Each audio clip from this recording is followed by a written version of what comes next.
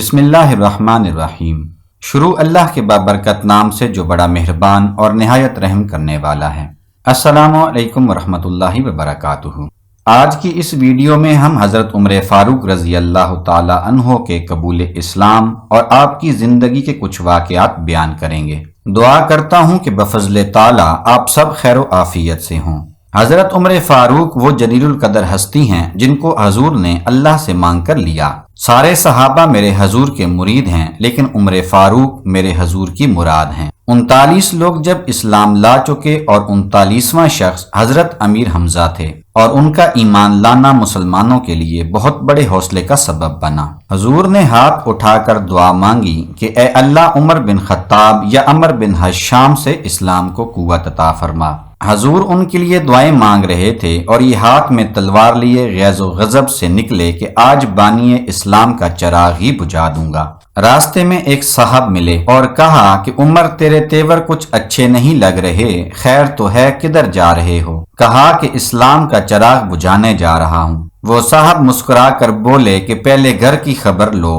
آپ نے کہا کہ میرے گھر کو کیا ہوا؟ وہ کہنے لگے کہ تمہاری بہن فاطمہ مسلمان ہو گئی۔ آپ نے غصے سے اپنی بہن کے گھر کا رخ کیا۔ اندر سے قرآن مجید پڑھنے کی آواز آ رہی تھی۔ یہ سن کر غصہ اور بڑھ گیا اور زور سے دستک دی۔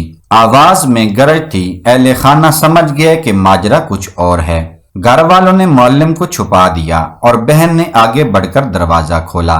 عمر نے کہا کیا تم نے اپنے آباء و اجداد کا دین چھوڑ دیا؟ اور بہن کو بے تحاشا مارنے لگے۔ بہن کا سر پھٹ گیا اور خون بہنے لگا۔ آپ کی بہن فاطمہ بولی عمر سنو، تم بھی خطاب کے بیٹے ہو اور میں بھی خطاب کی بیٹی۔ جو ظلم کرنا ہے کرو، میں محمد عربی کا دامن نہیں چھوڑوں گی۔ عمر سوچنے پر مجبور ہو گئے اور کہنے لگے جو تم پڑھ رہے تھے وہ مجھے بھی سناؤ۔ بہن کہنے لگی کہ عمر تم اسے ہاتھ نہیں لگا سکتے، تمہیں غسل کرنا ہوگا۔ عمر اپنے بدن کو دھو رہے ہیں اور میرا رب ان کے دل کو۔ اتنے میں معلم بھی قرآن لے کر آ گیا۔ تلاوت سن کر عمر کے چہرے کے آثار بدلنے لگے۔ کہتے ہیں کہ مجھے بھی حضور کی چوکھٹ پر لے جاؤ۔ بہنوئی بھی ساتھ ہیں اور حضور کی بارگاہ میں حاضر ہو رہے ہیں۔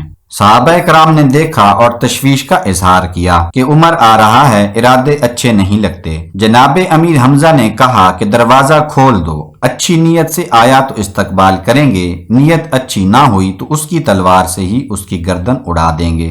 حضور کے سامنے بیٹھ گئے۔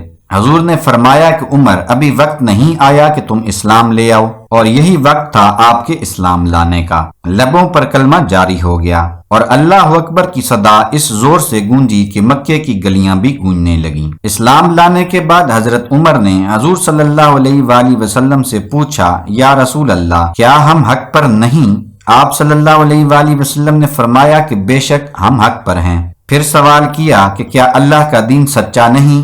آپ صلی اللہ علیہ وآلہ وسلم نے فرمایا کہ اللہ کا دین سچا ہے۔ پھر سوال کیا کہ کیا آپ اللہ کے سچے نبی نہیں؟ آپ نے فرمایا کہ میں اللہ کا سچا نبی ہوں۔ یہ سن کر سیدنا عمر فاروق نے عرض کیا جب ہم حق پر ہیں اور کافر غلط راستے پر تو پھر ہم اپنا دین کیوں چھپائیں؟ آپ نے فرمایا اے عمر ابھی ہماری تعداد تھوڑی ہے اور تم دیکھ رہے ہو کہ ہم کن حالات سے گزر رہے ہیں۔ سیدنا عمر نے فرمایا کہ اس ذات کی قسم جس نے آپ کو نبی بنا کر بھیجا، میں اسلام لانے سے پہلے جن لوگوں میں اٹھتا بیٹھتا تھا اب مسلمان ہو کر ان کے سامنے جاؤں گا۔ اس پر تمام مسلمان دار ارقم سے 2 صفیں بنا کر نکلے اور کعبہ کی طرف روانہ ہوئے۔ ایک صف میں عمر تھے، دوسری میں امیر حمزہ۔ سب نے مسجد حرام میں نماز ادا کی۔ قریش نے یہ دیکھا تو طیش میں آ گئے۔ اس وقت تو کچھ نہ کہا۔ جب عمر تنہا نظر آئے تو آپ پر حملہ کر دیا۔ انہوں نے بھی ڈٹ کر مقابلہ کیا، آخر کافر انہیں چھوڑ کر چلے گئے۔ یہ واقعہ نبوت کے 6 سال پیش آیا۔ ایمان لانے کے بعد 6 سال تک مکہ میں رہے، پھر دوسرے مسلمانوں کے ساتھ مدینہ کی طرف ہجرت کی۔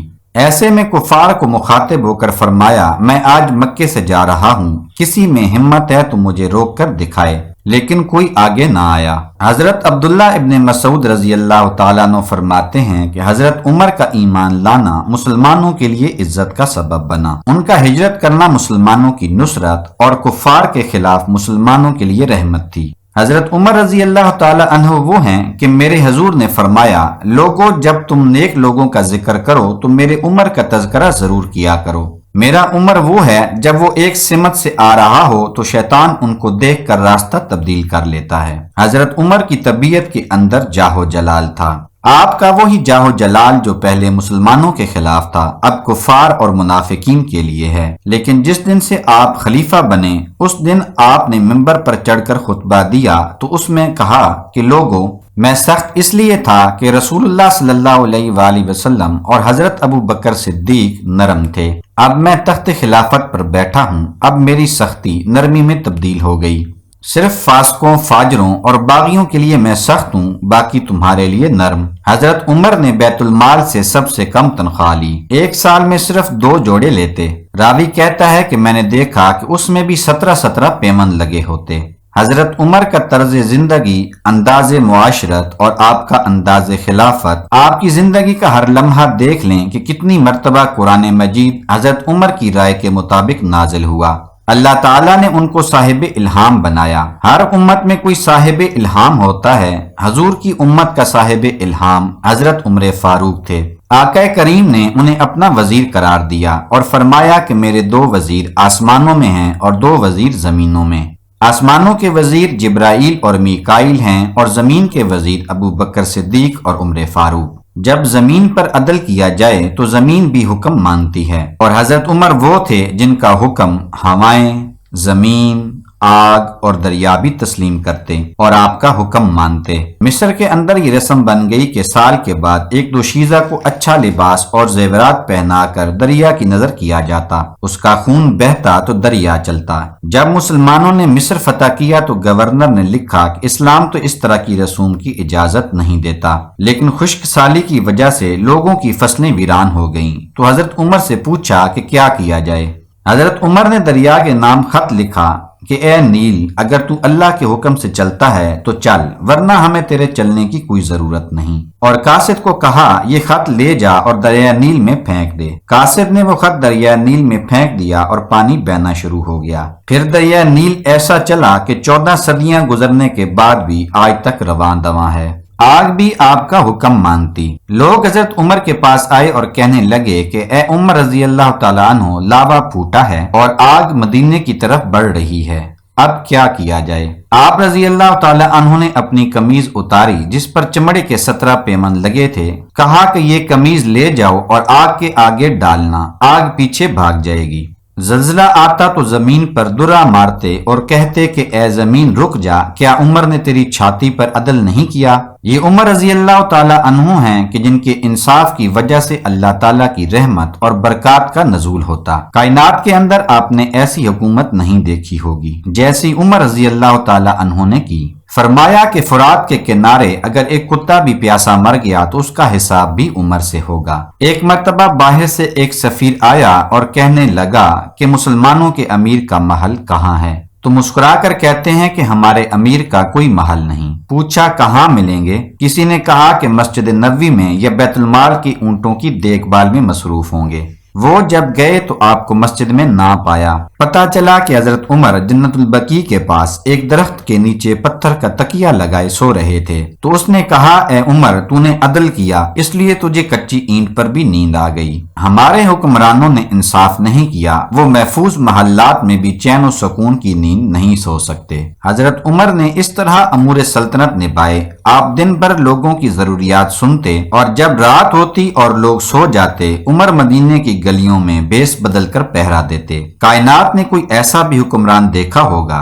اللہ اکبر۔ وہ مجاہد جو مختلف محاذوں پر گئے ہوتے، ان کے گھروں کی ضروریات کا خیال رکھتے، ان کی آبرو کا پہرا دیتے۔ راتوں کی تنہائیوں میں حضرت عمر اٹھتے اور گشت کرتے کہ کوئی آنکھ پرنم نہ ہو، مفلسی کا کسی کے گھر ماتم نہ ہو۔ آپ رضی اللہ تعالی عنہ فجر کی نماز پڑھ رہے تھے کہ ابو لولو مجوسی نے آپ کے پیٹ میں خنجر کے 7 وار کیے۔ آپ گر گئے تو عبد الرحمن بن عوف رضی اللہ تعالی عنہ نے آگے بڑھ کر مصلی سنبھالا اور نماز پڑھائی۔ کچھ صحابہ نے بھاگ کر اسے پکڑنے کی کوشش کی، لیکن اس نے خنجر مار کر اپنے آپ کو ختم کر لیا۔ آپ رضی اللہ تعالی عنہ کو گھر لے گئے اور دودھ پلایا جو زخموں کی جگہ سے باہر نکل گیا۔ آپ کہنے لگے موت کا پیغام آ گیا۔ آپ رضی اللہ تعالیٰ نے اپنے بیٹے عبداللہ کو بلایا اور کہا کہ اماں عائشہ سے کہو کہ عمر بن خطاب اپنے 2 ساتھیوں کے ساتھ قبر کی جگہ چاہتا ہے۔ امیر المومنین نہ کہنا، اب میں امیر المومنین نہیں، اگر وہاں اجازت مل جائے تو مجھے وہاں دفن کرنا، اگر اجازت نہ ملے تو مجھے عام قبرستان میں دفنا دینا۔ حضرت عبداللہ بن عمر تشریف لے گئے اور کہا اماں جان میرا باپ عمر بن خطاب اجازت چاہتا ہے۔ حضرت عائشہ رضی اللہ تعالی عنہا رونے لگیں، کہا عبداللہ یہ جگہ تو میں نے اپنے لیے رکھی تھی کہ میں اپنے خامن اور باپ کے ساتھ سو جاؤں گی، لیکن اگر عمر کی خواہش ہے تو اس جگہ کا وہ مجھ سے زیادہ حقدار ہے، اور آپ نے اجازت دے دی۔ عبداللہ بن عمر نے جا کر بتایا کہ ابا جان اجازت مل گئی۔ جس دن آپ کا انتقال ہو رہا تھا اس دن حضرت علی اور حضرت حسن رضوان اللہ علیہم اجمعین تشریف لائے۔ حضرت علی رضی اللہ تعالی عنہ نے آپ کے چہرے پر گھبراہٹ دیکھی تو فرمایا کہ اے عمر موت سے ڈر گئے؟ حضرت عمر نے فرمایا کہ نہیں، میں موت سے نہیں ڈرا، موت کے بعد کیا ہوگا اس سے ڈر گیا ہوں۔ حضرت علی رضی اللہ تعالیٰ عنہ نے فرمایا کہ کیوں ڈرتے ہو؟ میں گواہی دیتا ہوں میں نے کئی دفعہ اللہ کے محبوب سے سنا ہے کہ جنت میں بڑی عمر کے لوگوں کے سردار حضرت ابو بکر اور عمر ہوں گے۔ تو آپ نے کہا کہ قیامت کے دن گواہی دو گے؟ حضرت علی رضی اللہ تعالی عنہ نے کہا کہ ہاں میں بھی گواہی دوں گا اور میرا بیٹا حسن بھی گواہی دے گا۔ وہ حضرات تشریف لے گئے۔ آپ نے موت کی آہٹ کو محسوس کیا تو فرمایا عبداللہ مجھے زمین پر لٹا دے۔ انہوں نے اپنی گود سے سر اٹھا کر زمین پر رکھ دیا۔ آپ رضی اللہ تعالی عنہ نے اپنا چہرہ مٹی پر رکھا اور منہ کو ملنے لگے اور کہا اے عمر آج اگر تیرے رب نے تجھے معاف نہ کیا تو تو ہلاک ہو گیا۔ یہ کہتے کہتے آپ کی روح نکلی۔ آپ کا مقام اتنا بڑا ہے کہ حضور نے مانگ کر لیا، آپ حضور کی مراد ہیں، لیکن اللہ تعالیٰ کا خوف اتنا ہے کہ مرتے وقت بھی یہ حالت تھی۔ دعا ہے کہ اللہ رب العزت ہمیں صحابہ کرام کے نقش قدم پر چلنے کی توفیق عطا فرمائے، آمین۔ ہماری ویڈیوز کو لائک، شیئر اور سبسکرائب ضرور کیا کریں۔ جزاک اللہ۔